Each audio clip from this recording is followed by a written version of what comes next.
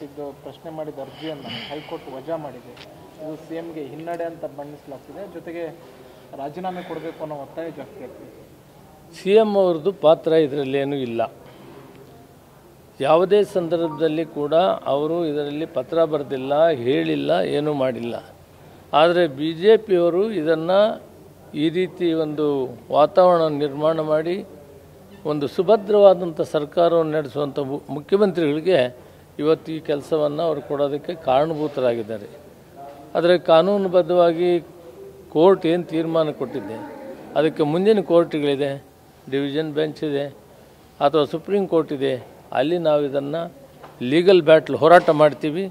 ಇದಕ್ಕೆ ನಾವು ಯಾಕಂದರೆ ಏನೂ ತಪ್ಪು ಮಾಡಿಲ್ಲ, ಮುಖ್ಯಮಂತ್ರಿಗಳು ವಿನಾಕಾರಣ ಅವ್ರ ಮೇಲೆ ಈ ಚಾರ್ಜಸ್ ಮಾಡಿದ್ದಾರೆ. ನಾವೆಲ್ಲ ಒಗ್ಗಟ್ಟಾಗಿದ್ದೀವಿ, ಶಾಸಕರು ಮಂತ್ರಿಗಳು ಒಟ್ಟಿಗೆ ಇಡೀ ಕಾಂಗ್ರೆಸ್ ಪಾರ್ಟಿ ಅವ್ರ ಬೆನ್ನಿಗೆ ನಿಂತಿದೆ. ಇದು ರಾಜಕೀಯ ಪ್ರೇರಣೆಯಿಂದ BJPಯವರು ಮಾಡಿದ್ದಾರೆ. ಆದರೆ ಕೋರ್ಟ್ ಬಗ್ಗೆ ನಾನು ಏನು ಮಾತಾಡೋದಿಲ್ಲ. ಕೋರ್ಟ್ ಒಂದು ಆದೇಶವನ್ನು ಕೊಟ್ಟಾಗ ಅದಕ್ಕೆ ನಾವೇನು ಮಾಡಬೇಕು ಅನ್ನೋದನ್ನು ತಯಾರಿ ಮಾಡಿಕೊಂಡು ಮುಂದಿನ ಕೋರ್ಟಲ್ಲಿ ಅದಕ್ಕೆ ನಾವು ಚಾಲೆಂಜ್ ಮಾಡಿ ಅದರಲ್ಲಿ ಅವ್ರ ನಿರಾಪರಾಧಿ ಅಂತ ಪ್ರೂವ್ ಮಾಡೋದಕ್ಕೆ ನಾವು ಪ್ರಯತ್ನ ಮಾಡ್ತೀವಿ. ಕೊಟ್ಟಿದ್ದು ಪ್ರಶ್ನೆ ಮಾಡಿದ ಅರ್ಜಿಯನ್ನು ಹೈಕೋರ್ಟ್ ವಜಾ ಮಾಡಿದೆ. ಇದು ಸಿಎಂಗೆ ಹಿನ್ನಡೆ ಅಂತ ಬಣ್ಣಿಸಲಾಗ್ತಿದೆ. ಜೊತೆಗೆ ರಾಜೀನಾಮೆ ಕೊಡಬೇಕು ಅನ್ನೋ ಒತ್ತಾಯ ಜಾಸ್ತಿ ಆಗ್ತಿದೆ. ಸಿಎಂ ಅವ್ರದ್ದು ಪಾತ್ರ ಇದರಲ್ಲೇನೂ ಇಲ್ಲ. ಯಾವುದೇ ಸಂದರ್ಭದಲ್ಲಿ ಕೂಡ ಅವರು ಇದರಲ್ಲಿ ಪತ್ರ ಬರೆದಿಲ್ಲ, ಹೇಳಿಲ್ಲ, ಏನೂ ಮಾಡಿಲ್ಲ. ಆದರೆ BJPಯವರು ಇದನ್ನು ಈ ರೀತಿ ಒಂದು ವಾತಾವರಣ ನಿರ್ಮಾಣ ಮಾಡಿ ಒಂದು ಸುಭದ್ರವಾದಂಥ ಸರ್ಕಾರವನ್ನು ನಡೆಸುವಂಥ ಮುಖ್ಯಮಂತ್ರಿಗಳಿಗೆ ಇವತ್ತು ಈ ಕೆಲಸವನ್ನು ಅವರು ಕೊಡೋದಕ್ಕೆ ಕಾರಣಭೂತರಾಗಿದ್ದಾರೆ.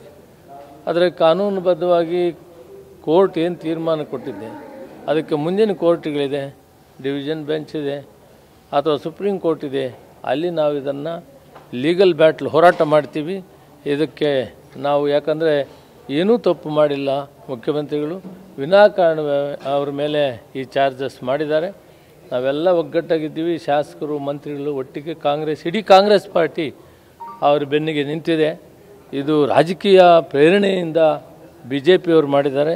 ಆದರೆ ಕೋರ್ಟ್ ಬಗ್ಗೆ ನಾನು ಏನು ಮಾತಾಡೋದಿಲ್ಲ. ಕೋರ್ಟ್ ಒಂದು ಆದೇಶವನ್ನು ಕೊಟ್ಟಾಗ ಅದಕ್ಕೆ ನಾವೇನು ಮಾಡಬೇಕು ಅನ್ನೋದನ್ನು ತಯಾರಿ ಮಾಡಿಕೊಂಡು ಮುಂದಿನ ಕೋರ್ಟಲ್ಲಿ ಅದಕ್ಕೆ ನಾವು ಚಾಲೆಂಜ್ ಮಾಡಿ ಅದರಲ್ಲಿ ಅವ್ರ ನಿರಾಪರಾಧಿ ಅಂತ ಪ್ರೂವ್ ಮಾಡೋದಕ್ಕೆ ನಾವು ಪ್ರಯತ್ನ ಮಾಡ್ತೀವಿ.